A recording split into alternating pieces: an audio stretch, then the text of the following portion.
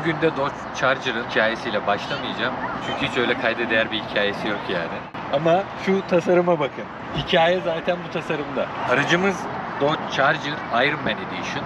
Tabii bu orijinal Iron Man Edition değil, yani Dodge orijinalde bir Iron Man veya başka edition'lar üretmiyor. Ama Amerikalılar aynı bizim gibi yani bu modifiye işine çok düşkünler. Böyle dönüştürmeyi çok seviyorlar. İsteseler yani Tatar Ramazan Edition bile yaparlar. Araç orijinalde de çift renk. Ama bu ikinci renk tabii ki boya değil, sticker. Bir de normal tek renk olan modelleri de var Charger'ların. Ama tek renkle bunların arasındaki farka baktığınızda şerit, yarış pistini andıran şerit kesinlikle arabaya böyle bir ayrı bir sportif hava katıyor yani. Böyle bir insanı gaza getiriyor. Şimdi bu 300 beygirlik bir model. 264 Nm'de torku var. 3.6 litrelik bir motoru, V6 motoru var. Ve bu araba aslında 4 kapılı bir sedan. Şimdi ilk önce şöyle bir kısaca dış tasarımına bakalım. Sonra bir Amerikan Muscle Car nasıl 4 kapılı oluyormuş. Arka koltuklardan bir ona bakacağız. Kaputtaki hava menfezi işlevsel. Tabii böyle bir motoru soğutmak için buradan sürüş esnasında rüzgarı alması gerekiyor. Buradaki çıkıntı bu arada zaten çok güzel. Bu sürüşte daha da bir belirgin oluyor. Ona sürüşte değineceğim. 20 inç lastiklerimiz var. Brembo fren disklerimiz var. Yol tutuşu da gerçekten gayet iyi. Frenler zaten Brembo'nun kalitesinden bahsetmeye bile gerek yok. Çok iyi çalışıyor. Yan tasarım normal. Yani öyle şaşırtacak bir noktası yok. Arkada spoilerimiz orijinal. Fabrika çıkışlı geliyor, sadece bu boya tabii ki bu renkte değildi. Tampondaki hava menfezlerimiz de yine işlevsel. Bunlar da aynı şekilde devam ediyor. Şimdi bu Amerikan Muscle Car dedik, 4 kapılı sedan dedik. Gerçekten geniş bir bagajı var. Yani şöyle bagaja baktığımızda bayağı geniş. Yani kaç litre olduğu şu anda aklımda değil, yazarım videoda, ama bayağı bir geniş yani. Bu arada 4 kapılı bir sedana göre de bayağı bir geniş. Güzel, kullanışlı. Şimdi bir arka koltuğa bakalım. Bakalım Muscle Car'da 4 koltuk nasıl oluyormuş? Konforlu mu? Değil mi? Yani bu koltuk benim sürüş pozisyonuma göre ayarlı. Diz mesafeniz 2 parmak yok bile. Hani çok da rahat denilemez. Baş mesafesi yine bir 4 parmak var yani. Bir karış yok. Ama koltuk gerçekten rahat. Yani sürücü koltuğu da gerçekten çok rahat. Arka koltuğu da rahatmış. Kol dayamamız var. Yani Mustang veya Camaro ile kıyasladığımızda Muscle Car sınıfında yani bu cennet yani tabii. Çünkü Camaro'da da Mustang'de de arkaya oturman imkansız. 4 kapı olsa bile oturman imkansızdı. Yani genel olarak tabii hani bir sedan kadar rahat değil, arkası konforlu değil en azından. Ama bir Muscle Car'a göre kesinlikle muhteşem yani. Yani burada bir insan oturabilir. Tamam, uzun yola çıkamaz ama en azından A noktasından B noktasına kısa mesafede gidersiniz. Bu arada arka koltukların da koltuk ısıtması mevcut yani. Bu da güzel bir detay. 2 tane de USB şarj çıkışı var. O da güzel bir detay. Güzel detaylara önde devam edelim şimdi. Şimdi aracımızda hafızalı koltuk var. O güzel bir detay. Çalıştırdığımız zaman direkt hafızamıza göre koltuğu ve direksiyonu kendisi ayarlıyor. Koltuğun yanal destekleri gerçekten çok konforlu. Yani sıkıyor sizi, kavruyor ve hiçbir şekilde sağa sola savrulmuyorsunuz. O güzel bir detay. Tabii arka koltuklarda koltuk ısıtma var, ön koltuklarda da yine koltuk ısıtma mevcut. Bir de havalandırma diye bir seçenek var. Yani koltuk soğutma değil ama koltuğu, direksiyonu havalandırma diye ayrıyetten bir seçenek var. Koltuğun tabii yükseklik, alçaklık, ileri geri elektronik. Şöyle güzel bir detay var. Direksiyonun ayarı da elektronik. Yani normalde bu hani eski sistem mandal olur, çekersin, yüksekliğini, genişliğini ayarlarsın veya derinliğini.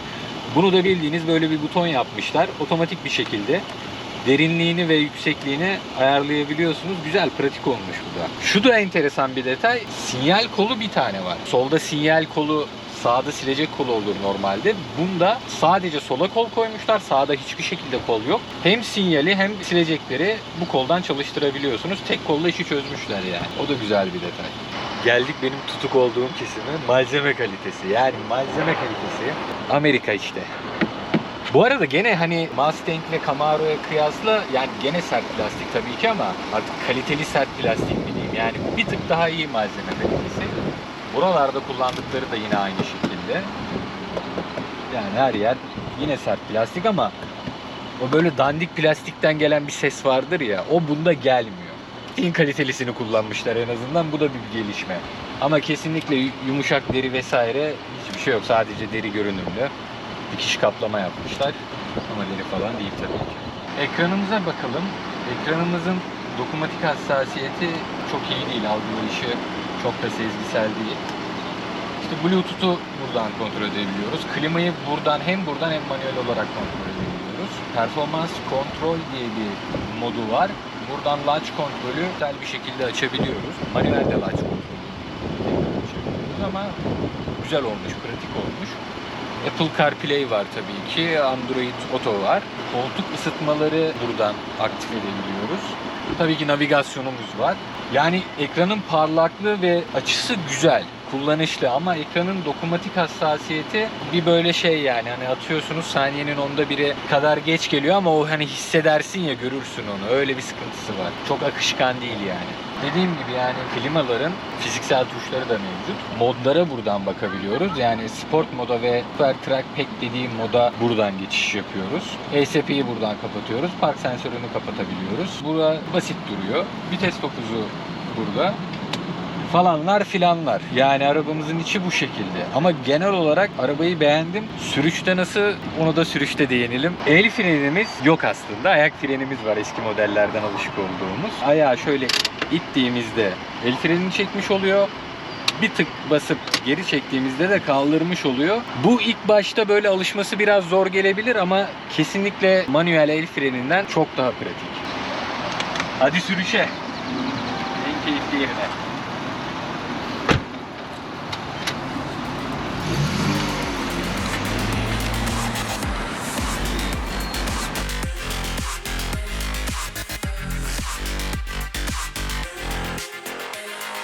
Şimdi yine görüş açısıyla başlamak istiyorum çünkü önemli. Bu arabanın görüş açısı gerçekten güzel. Koltuğun konumlandırılışı güzel, camın genişlik mesafesi güzel ve gayet yola her yere hakim bir şekilde kullanabiliyorsunuz. Tabii yine o kaputtaki çıkıntıyı görmek ayrı bir hava katıyor yani. Onu Camaro'da da bunda da şu çıkıntı olayı güzel bir detay. Şimdi engebeli bir yoldayım. Nispeten bozuk bir yoldayım. Süspansiyon konforu gerçekten güzel. Yani rahat bir araba. Zaten koltuğun yanal destekleri çok iyi kavruyor sizi. Koltuğun kumaşı da çok kaliteli yani. Ya bu Amerikan arabaları rahatsızdır. Geyiğini kim çıkardı bilmiyorum ama şu ana kadarki izlenimim hayır öyle değil yani. Amerikan arabaları gayet konforlu. Malzeme kaliteleri kötü yani, o konuda haklılar. Ama tabii şimdi sport modu aldığımızda ki otobana giriyoruz. Ne olacak bakacağız. Sport modda işler değişecek muhtemelen. Tabii sport modu aldık. Direkt bayrağımızı çıkardı. ESP'yi kapattı.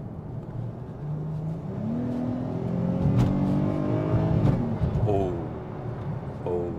Arka hemen geliyor. Hemen geliyor. Yani direksiyonu bile kıvırmadım, arka böyle. ESP'yi kapatması inanılmaz fark etti. Bu arada tabii süspansiyonlar sertleşti. Direksiyon sertleşti. Şimdi biraz gaz tepkisine bakalım.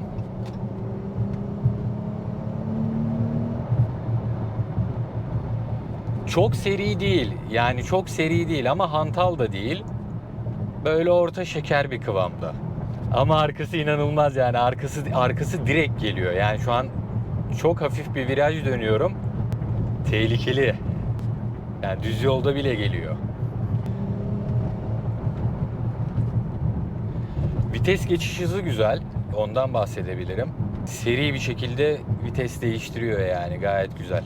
Brembo frenlerimiz gayet iyi. Brembo'nun kalitesi hakkında zaten konuşmaya gerek yok. Frenler kesinlikle güven veriyor yani. Bastığınız gibi kavruyor. Son olarak fiyata gelmek istiyorum. Bu 2019 modeli ve GT versiyonu. Bu arabayı 20-25 bin dolar civarında alabiliyorsunuz. 2022'leri ise gene İç tasarım da aynı, dış tasarım da aynı. 32.500'den başlıyor. İşte eklediğin opsiyonlara göre 40 bin dolara kadar falan çıkıyor. Şimdi burada bence meseleye birim olarak bakmamız gerekiyor. Yani burada 20 bin birime ben bu spor arabaya sahip olabiliyorum. Bu bir şaka olmalı. Gerçekten şaka olmalı. Ya da bizim ülkemizdeki fiyatlar şaka olmalı. Çünkü ben bizim ülkemizde 20 bin birime bu arabanın sadece lastiğini alabiliyorum. 4 çift lastiğini alırım yani. Belki onu bile alamam şu anki durumla. Yani bu iki durum, ya bizim ülkemizdeki durum şaka olmalı ya buradaki durum şaka olmalı. Ama hiç adil değil. Gerçekten hiç adil değil. Şimdi bu araba Iron Man Edition olduğu için ekstra bir ilgi çekiyor Amerikalılar tarafından. Yani çok fazla böyle dönüp bakan, laf atan yine çok fazla oldu. Seviyorlar böyle işleri ya. Yani böyle muhabbet etmeyi de seviyorlar. Böyle işleri de seviyorlar. Ya adamlar keyif adamı ya. Ya benim anladığım bu arabada evet hızlı, kesinlikle hızlı bir araba ama hız sanki ikinci planda. Birinci öncelik bu arabada ya oyuncak. Yani bu arabayla oynamak. Drift yapacaksın, kaydıracaksın, virajlara tatlı tatlı gireceksin. Kapatıp gitmek ikinci planda gibi geldi bana. Ama tabii ki yani her duruma cevap veriyor. Ama bu arabayı gerçekten çok beğendim. Hem yola hakimiyet olarak, hem arabanın gücü, performansı, hem konforu. Şu üçünden Mustang, Camaro, Charger derim yani. Bir numaraya Charger korum. Tabii akla hemen şu soru geliyor, yani şimdi Charger böyleyse Challenger nasıldır acaba? Onun cevabını da haftaya öğreneceğiz. Bir şey kalmadı.